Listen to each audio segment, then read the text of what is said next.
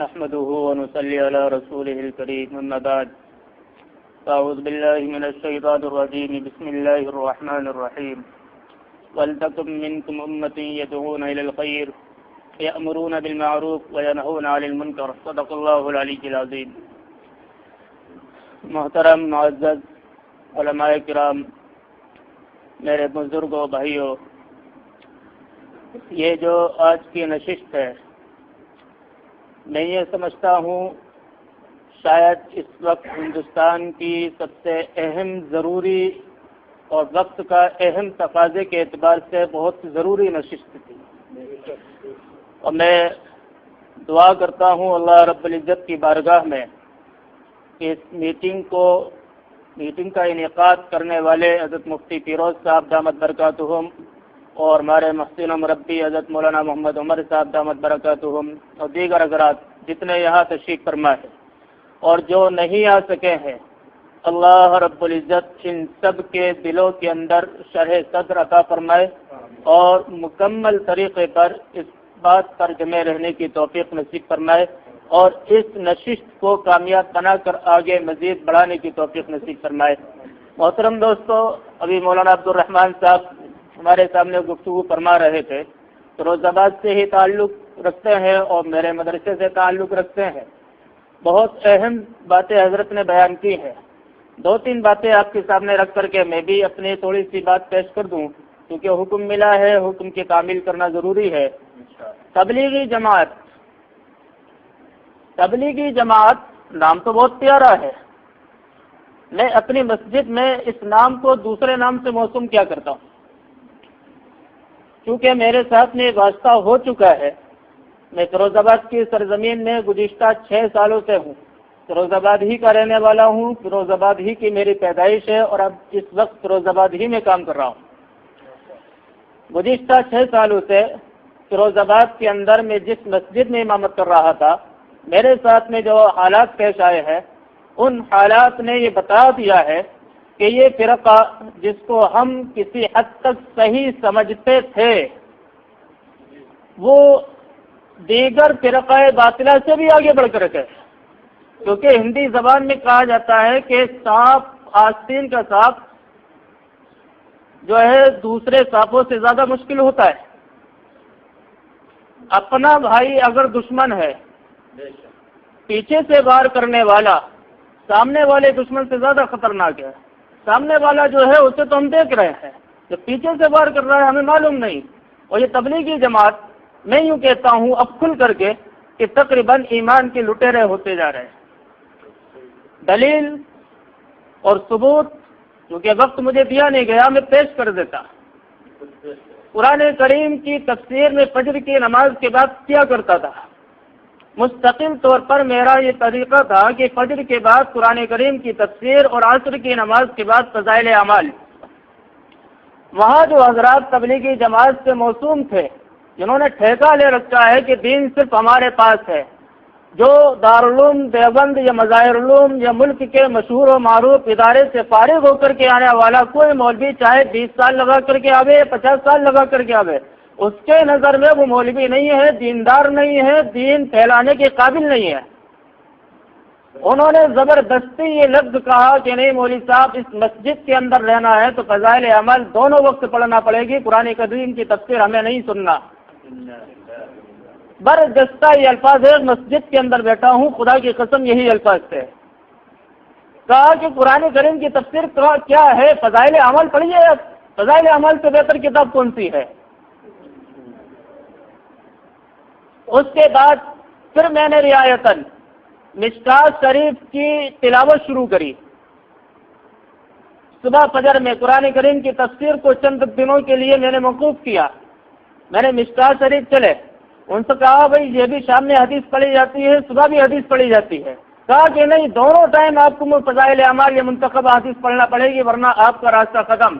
اور آخر یہ ہوا ہے کہ مولانا گواہ اس چیز پر، فیروز آباد کے آپ کسی بھی عالم سے جا کر کے معلوم کر لیجیے گا، غالب نگر کی مسجد وہ کہلائی جاتی ہے کہ ایک وقت وہ آیا تھا کہ ان لوگوں نے صرف اس بنیاد پر کہ قرآن کریم کی تفسیر میں نے بند نہیں کی ہے، دوبارہ سے شروع کی تھی، تو بدماشوں کو بلا کر کے براہ راست گولیاں چلانے کی تک کی نوبت موجود تھی. آپ اس کو کیا کہیں گے؟ فضائل اعمال کی اہمیت قرآن مقدس سے زیادہ جس کی نظر کے اندر ہو تو وہ ایمان کے لٹیرے نہیں تو کیا ہے. میں کہا کرتا ہوں اس چیز کو، اپنی مسجد میں کہتا ہوں. بعض موقع پر میں نے کہا کہ جس طرح جو ہے کچھ حضرات بریلوی جس کو کہا کرتے ہیں، وہاں طاہر ویابی صاحب کہا کرتے ہیں کہ بھائی بوتل کے اندر ہے تو شراب کی بوتل، لیبل لگا دیا گیا شہد کا اور دودھ کا، تو دور سے بڑا اچھا نظر آ رہا ہے صاحب شہد کی بوتل رکھی ہے، دودھ کی بوتل رکھی ہے. وہی چیز ان حضرات کے پاس ہے. اندر خانہ بغض و کینہ بھرا پڑا ہے علماء کرام سے. اگر جماعت میں نہیں گیا تو وہ دیندار ہے ہی نہیں، چاہے بخاری پوری اس کے پیٹ کے اندر کیوں نہ اتری ہو، قرآن مقدس کا چاہے جتنا بہتر عالم کیوں نہ ہو، اور چاہے کتنا ہی عمل کا جو ہے وہ نمونہ ہو اور آئینہ بن کر کے دنیا کے سامنے آیا ہو، ان کی نظر میں اس کی کوئی حقیقت نہیں. تو میرے بزرگوں، میرے بھائیوں، یہ تبلیغی جماعت نام میں نے مولانا عمر صاحب دامت برکاتہم کا تبصرہ پڑھا. دارالعلوم کا استفتاء جب آیا تو اس نے جواب تمہیدی طور پر دیا کہ وہ تعلیم بالغان ہے. تو دعوت و تبلیغ کا نام اس میں نہیں ہونا چاہیے. میں مولانا عمر صاحب کی اس بات سے بالکل اتفاق کرتا ہوں. جب وہ تعلیم بالغان کی اس کی حیثیت ہے، کچھ علماء ہمارے بھائی ہمارے بزرگ اس بات کو کہتے ہیں کہ وہ ایک تعلیم بالغان کی ایک طریقہ ہے. تعلیم بالغان علماء پڑھاتے ہیں، دیگر لوگ پڑھاتے ہیں، وہ بھی کچھ لوگ جن کے پاس وقت نہیں ہوتا اپنے فرصت کا وقت نکال کر جماعت میں چلے جاتے ہیں، کچھ سیکھ کر کے آ جاتے ہیں. تعلیم بالغان ہے. اگر تعلیم بالغان ہے تو دعوت تبلیغ کا نام اس میں سے ہٹاؤ، تعلیم بالغان کا نام اس میں رکھو. میں اس چیز سے اتفاق کرتا ہوں. تو میرے بزرگوں، یہ بہت اہم کڑی ہے. فیروز آباد کا جہاں تک نام آتا ہے، فیروز آباد کو چھیڑیے، آگرہ ہے، علی گڑھ ہے، ہمارے اطراف میں شکوہ آباد ہے، اٹاوا ہے، آپ ایٹا چلے آئے، کوئی ایک مسجد ایسی نہیں نظر نہیں آتی جہاں ان لوگوں نے اپنا اثر چھوڑنے کی کوشش نہ کی ہو. گزشتہ 6 سالوں کے اندر مولانا عبد الرحمان صاحب موجود ہیں، انہوں نے یہ بات چھوڑ دی. بلکہ کہنا چاہیے تھی ان کے آپ حضرات کے بیچ میں کہ ایک وقت آج سے 3 سال پہلے ایسا موقع آیا تھا کہ پوری سازش اور پورے منظم طریقے سے انہوں نے یہ کوشش کی تھی کہ فیروز آباد کی ہر مسجد پر ان کا قبضہ ہو اور جو امام ان کا غلام نہ بنے اس کو نکال کے باہر کیا جائے اور ساری مسجدوں سے قرآن کریم کی تفسیر ختم کرائی جائے، فضائل اعمال صرف رکھی جائے. اور یہی طریقہ مرکز کے جو ذمہ دار بنے ہوئے ہیں انہوں نے بھی اپنایا. باقاعدہ بلایا اماموں کو، مجھے بھی بلایا، اور بلانے کے بعد سمجھایا کہ دیکھو بھائی ہر مسجد سے اگر ایک ہی کتاب پڑھی جائے گی تو ایک ہی اچھا پیغام جائے گا. اس انداز سے بات کہی کہ بھائی جب ہر مسجد سے ایک ہی بات کہی جائے گی تو پیغام بہت اچھا جائے گا. تو میں نے یوں کہا کہ اگر فضائل اعمال کی جگہ ہر مسجد میں قرآن کریم کی تفسیر ہو تو اس سے بھی تو پیغام بہت اچھا جائے گا. اس میں کیا برائی ہے؟ قرآن کریم سے بہتر کتاب کون سی ہے؟ کون اس سے انکار کرتا ہے کہ نہیں بھائی ہمارے بڑوں کا طریقہ یہ ہے؟ میں نے کہ بڑے کون ہیں، بڑوں کی تشریح کیجیے. ایک تو یہ لفظ بہت خطرناک ہے، بڑا خطرناک لفظ. ہمارے بڑوں نے یہ کہا، بڑے ہے کون؟ لفظ علماء کہنا ان کے لیے بڑے دشوار لفظ ہوتا ہے. یہ اپنی توہین سمجھتے ہیں کہ ہم لفظ علماء کہیں. ہاں، جن حضرات کا سابقہ نہیں پڑھا آپ ان کی زبان سے لفظ علماء کلمہ کر کے دیکھیے. اگر وہ یہ کہیں کہ ہمارے بڑوں نے کہا تو آپ یہ پوچھیں کہ بڑے کون ہیں، علماء ہیں یا کوئی دوسرے ہیں؟ تو وہ علماء کہنے سے کتراتے ہیں کہ ان کی توہین ہوتی ہے، ان کی عزت جاتی ہے، ان کی جماعت کی توہین ہوتی ہے. تو میرے بھائیوں، دین کی ذمہ داری آپ حضرات کے کندھے پر ہے. آپ وارثین انبیاء ہیں اور اللہ کے رسول علیہ الصلوۃ والسلام صاف فرما کر کے گئے تھے کہ میرا جو وراثت ہے، میری جو وراثت ہے وہی اسی شخص کے اوپر ہے جو اس کو حاصل کرے گا. جاہل حاصل نہیں کرتا. 3 دن 4 مہینے یہ چلے کے اندر اللہ کے رسول علیہ الصلوۃ والسلام کی وراثت حاصل نہیں ہو جاتی. اگر حاصل ہوتی تو مولانا الیاس صاحب رحمۃ اللہ علیہ سے پہلے جتنے بزرگان دین گزرے ہیں وہ کبھی مدارس کے نظام کو نہ چلاتے. الحمدللہ مجھ سے زیادہ آپ حضرات واقف ہیں اس چیز سے.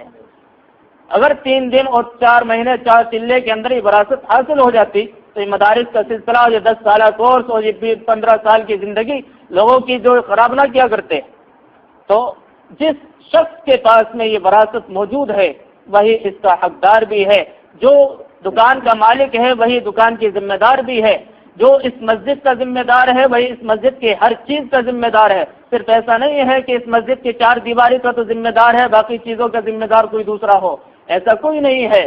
جس شخص کا جو گھر ہے وہ اپنے گھر کی ایک ایک چیز کا مالک بنتا ہے۔ آپ وارثین انبیاء ہیں، آپ دین کے ٹھیکیدار ہیں، آپ اگر اس کی خرابیوں کو دور نہیں کریں گے تو پھر کون کرے گا؟